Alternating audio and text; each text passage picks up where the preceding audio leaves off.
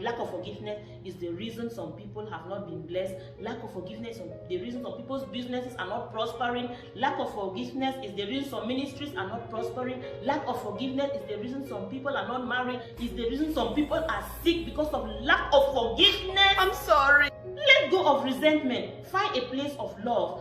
Change your perspective. It's not about them, it's about you. Set your heart free, bless them, pray for them, but do not accept that what is wrong is right. Do not grant them another opportunity to repeat themselves. Okay? Hello everyone, welcome to Consistent Place channel. In today's video, we are going to be talking about how to forgive and let go of resentment. Have you ever been hurt? Have you ever been offended? Have you ever been betrayed? Has your name ever been blackmailed? Do you feel resentment? And then each time the memory of that person comes to your mind, the hurt starts back afresh. I have a solution for you in this video today. And before we dive into the solution, please subscribe to this channel and put on the notification bell so that you do not get to miss any new video.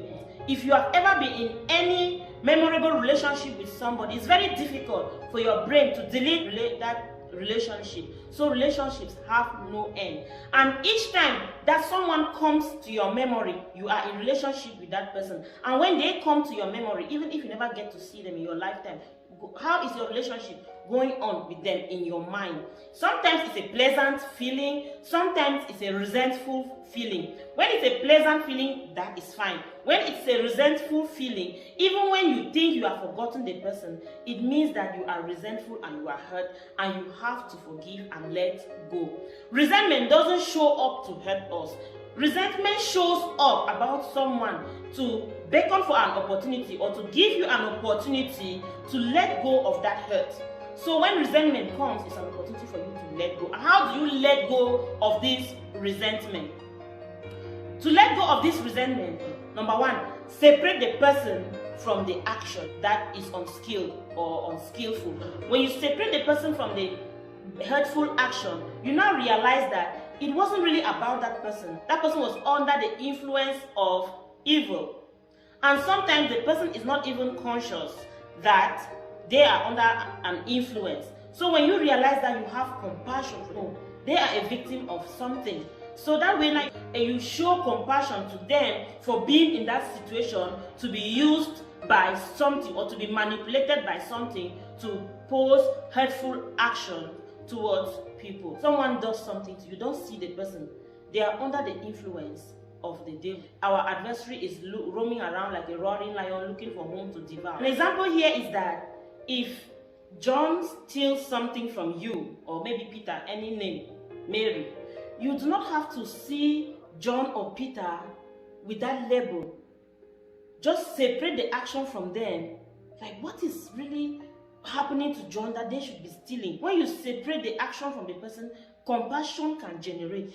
The second thing I have to say is that you do not have to let yourself be a doormat or accept that something that has been wrong is now right. No. If something was not right, even now it is not right.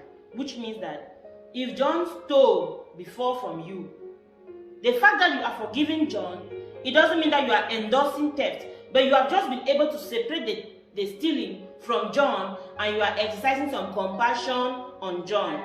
And then the third thing, each time that person comes to your mind, bless them, pray for them. If you know that John is not entitled to this stealing, you are praying to disconnect John or from the stealing. You are praying that John should become a better person indeed, instead of just thinking that I cursed that John, he stole my phone or he stole my money.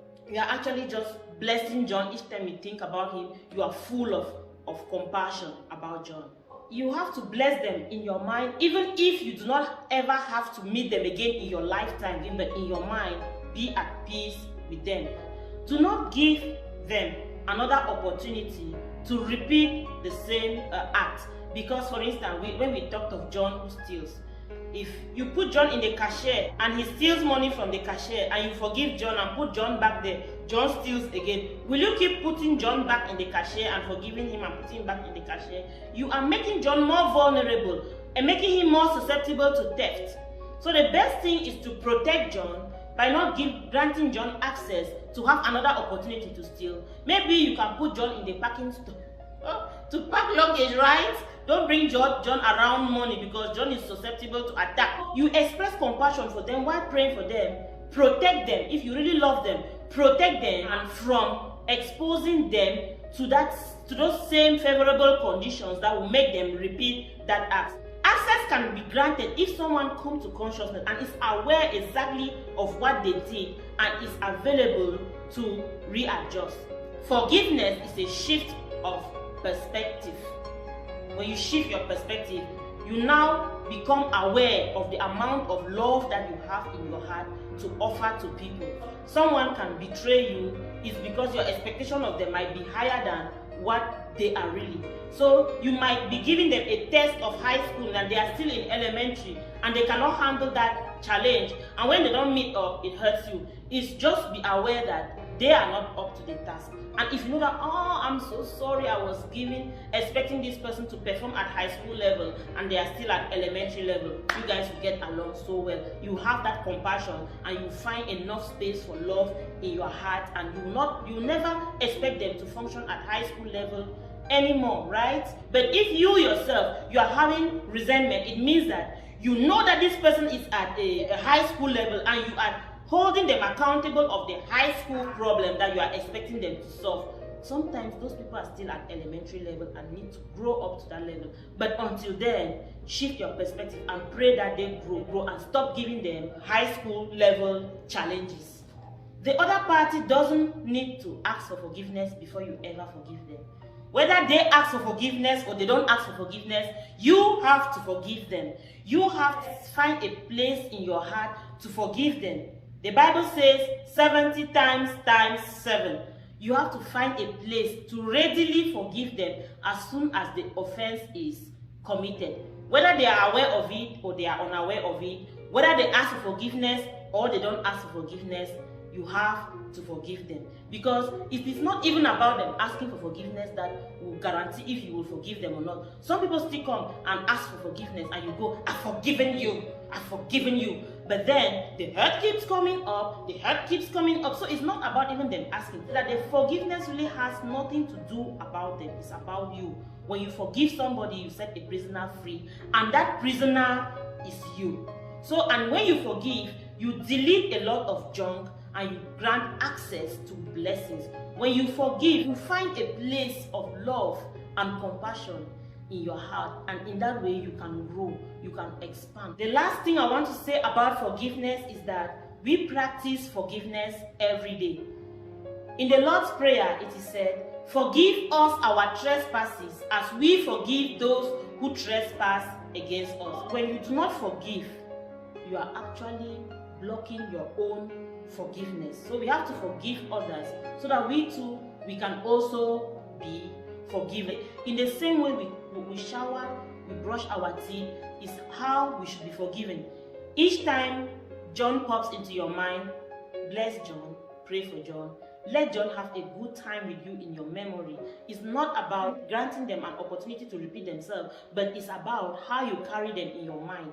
Find that peaceful place to keep them there and stop rehearsing and nurturing and nursing the hurt. You think about good things about John. Oh, I like the way John used to sing. John can sing so well and I actually miss it. And have that good feeling about John. John can cook. I like the way John used to cook. In fact, John is really a wonderful cook. Try to get good things out of John's life, not only focus on how John hurts you. What is your own way of doing that helps you let go of resentment each time someone pops into your mind? Notice it each time you are sitting somewhere or doing something and somebody's memory pop into your head. Notice the feeling that it brings. If it brings a pleasant feeling, yay! If it doesn't bring a pleasant feeling, do what we've just said.